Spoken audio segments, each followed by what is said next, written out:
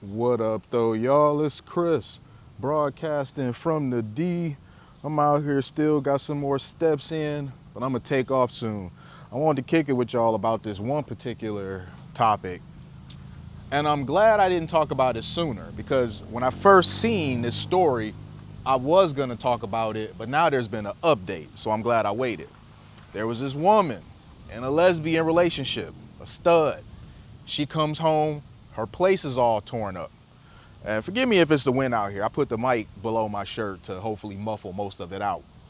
But she came home, she grabbed her phone immediately because that's what all women do. They come home and they are so damn quick to pull out their phone and start recording shit for a damn story time.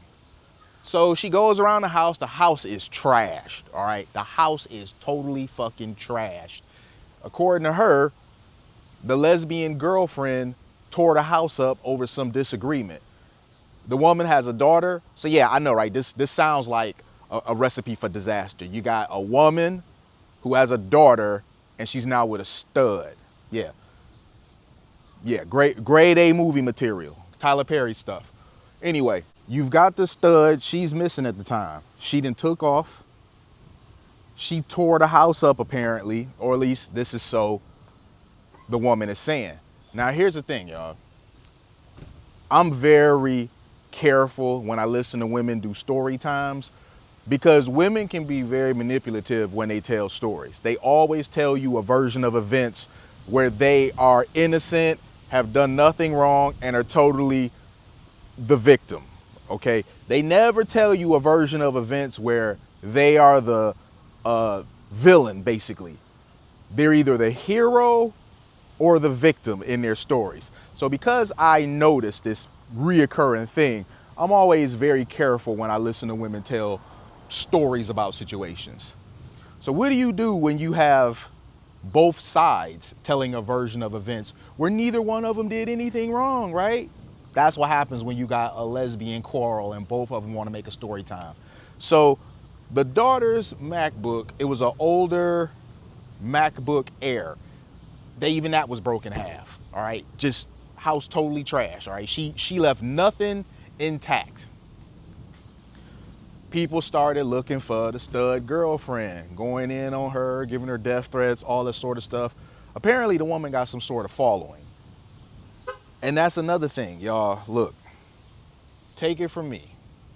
Do not get involved with women that like to take y'all business and make content out of it. I'm telling y'all, don't freaking do it. I've made that mistake before. I was with a chick, messing around with her. Things went left because I just really wasn't feeling her like that. And then she wants to go on Facebook showing receipts of our text message conversations and all that. So if it's a chick that like to be messy in public, she like to do all of the performing on social media, don't even deal with her, man. If it's a chick that got a podcast, run. It don't matter how good you were to this woman. When the relationship ends, for whatever reason, she could be the one who left you because she just got tired of just wanting to be in the streets. She is still going to drag you on that podcast, regardless of how good you were to her. So just vet effectively, all right? I'm telling y'all. But anyway, the stud decides she wants to do a story time as well. So she's saying, look, never date a woman that got a baby daddy. She'll never do it again. Them women really don't even be gay. They just was in a relationship and they was hurt, so now they want to try something else. And you know, honestly, I've seen evidence of what she's talking about. Because see, the thing is this. Dudes don't just change teams like that. I've never heard, maybe some of y'all have, but I've never heard a situation where a dude was like, I'm so tired of women doing me wrong. I'm about to start dating dudes now. I've never heard that. And y'all probably out there laughing because of how ridiculous that sounds. But you'll hear that all the time with chicks. Oh, men doing me wrong, men this, men that, and now they want to start scissor kicking or whatever. And ultimately for what? Them to attract the same type of toxic person, only with tits now. So she basically went out and got a woman that she was probably attracted to because she saw traits of her baby daddy in this woman. However, However, the stud doesn't have the same level of emotional intelligence as the man does. Y'all can say the man's level of emotional intelligence may not have been high. Perhaps it wasn't. But if it's a masculine man, it's always at least going to be a bit higher than a masculine acting woman, simply by him being a man. Men have to have emotional control because men are dangerous. If I just fly off the handle or whatever, it's gonna take a few people to get me down. You know, it is. I'm strong. If I'm angry, I'm gonna channel that. It's gonna take a few people to get me down. Some angry chick, not so much. So men usually have to be in control of themselves. But she was telling the story quite different. She was saying the chick ain't making money like that. The chick was painting her out like she was some bum just living off of her. That ain't the case. She said she was the one paying for everything. Basically, it was the opposite. It was the total opposite of what the other chick was saying. You see what I mean here?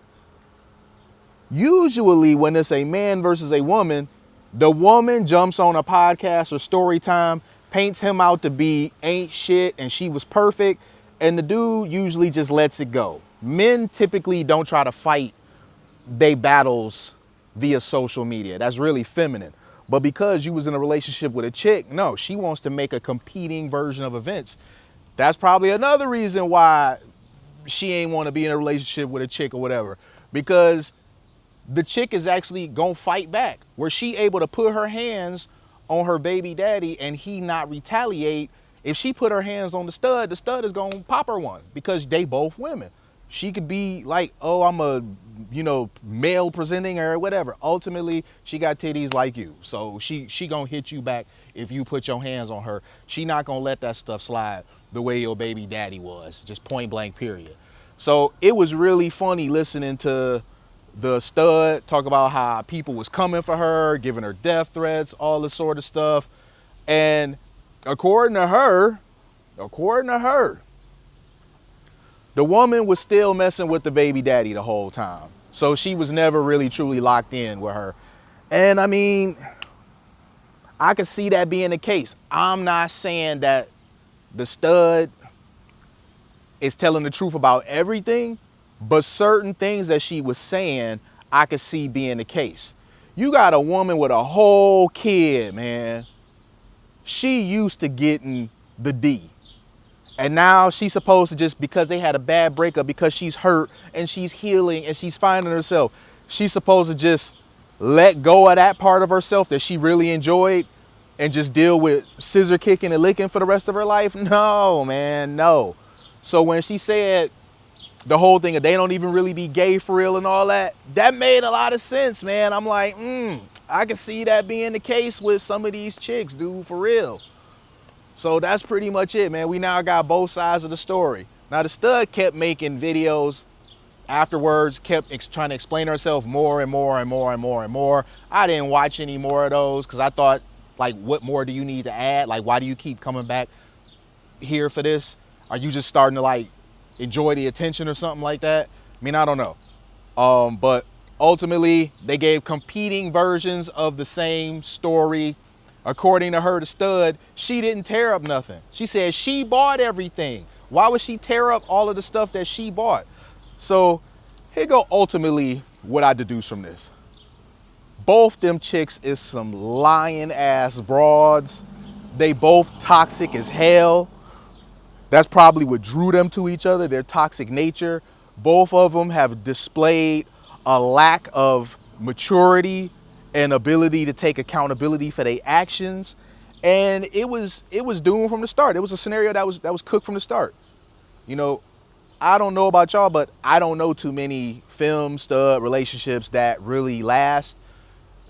Especially nowadays when you got a lot of women making videos where they talking about they going back to dating dudes because the women, they trying to be provider studs and the women just don't appreciate anything that they doing. So I don't know. There probably are some relationships out there with that dynamic that worked out, but they probably older. The ones that are younger, I don't think that's happening, man. I'm gonna leave it there though, you guys, and get out of here. Hit me with a like if you like what I do. Hit me with a sub if you like what I do, and hit me in them comments. I'm gonna holler at y'all. Peace.